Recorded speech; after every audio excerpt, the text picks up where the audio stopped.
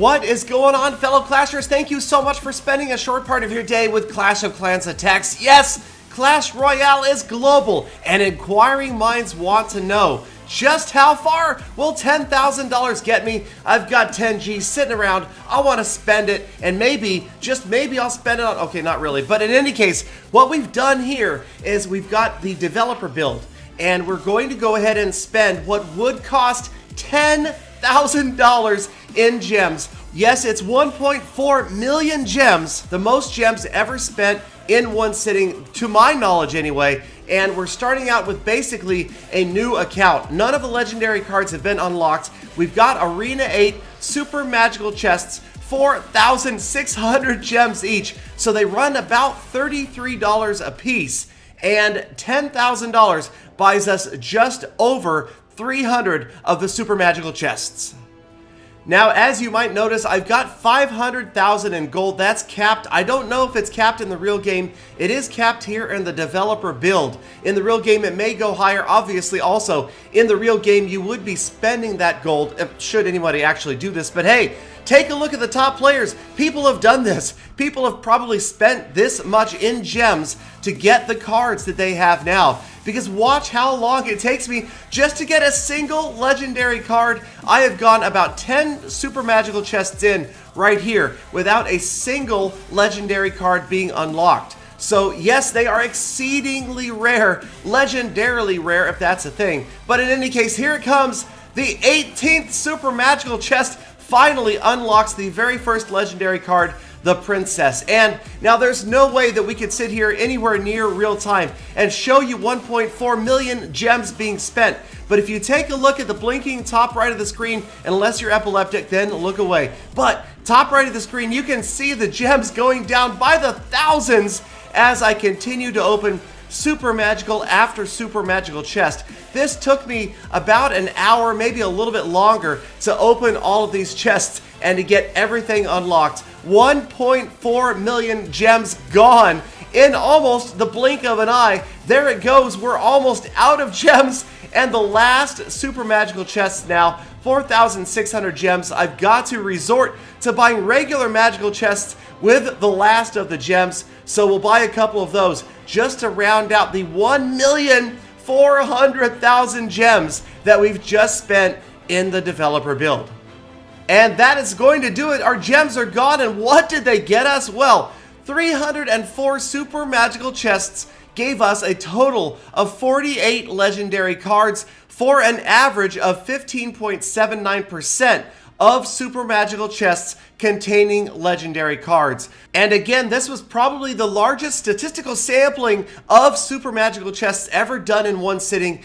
Clash on Gone has done it, I've done it, we both opened about 100 apiece, and we both came up with slightly lower percentages, 10 and 12% then. So this one, a better run, over 15%. But then again, as the numbers always may change from the developer build to real life, you never know. But it seems like that is holding true so far, just from personal experience. Now, of course, I also got thousands of epic cards, including more of the Witch than any other card. So I thought I would go into the number of epic cards required to upgrade each level. There you can see it on the right hand side. So a total of 486 cards are going to be required in order to max out your epics. So that is absolutely ridiculous, and even with $10,000 in gems, we still did not have enough epic cards to max out all of our epics. Only a couple of them actually had enough numbers to upgrade all the way. Now, as far as legendary cards go, you need 86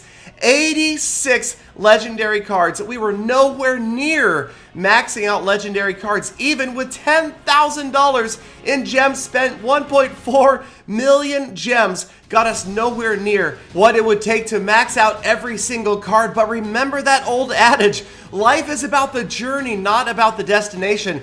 Once you get there, you've got nothing else to level up. So remember, getting there is half the fun, at least. And this is the beginning of the game. I'm sure that a year from now, there's going to be more epics, more legendaries probably, and it's just going to be insane the amount of gems that would be required if somebody ever wanted to max out every last card.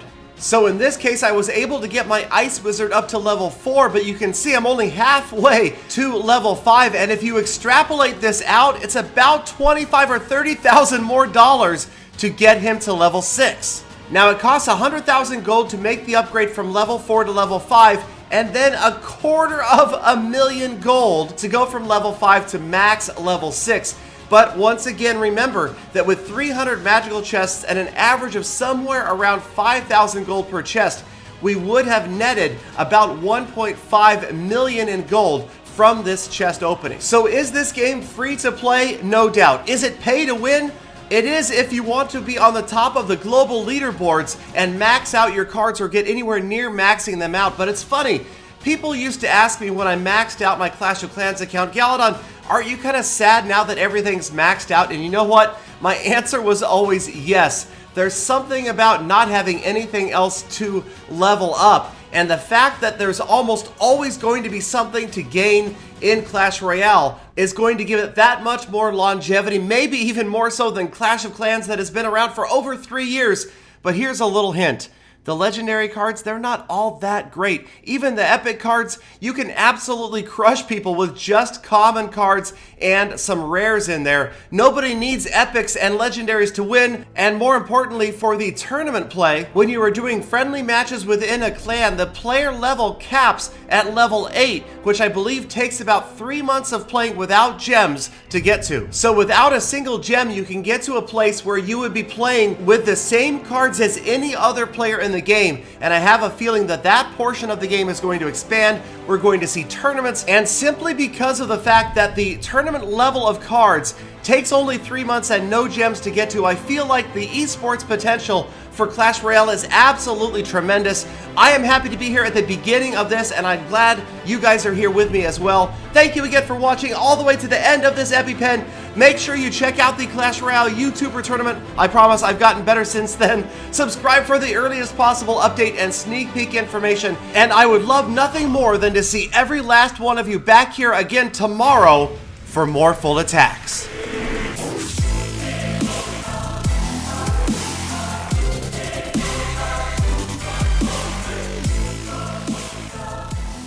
Galadon, why are you talking about tournaments when you only even play me one friendly match?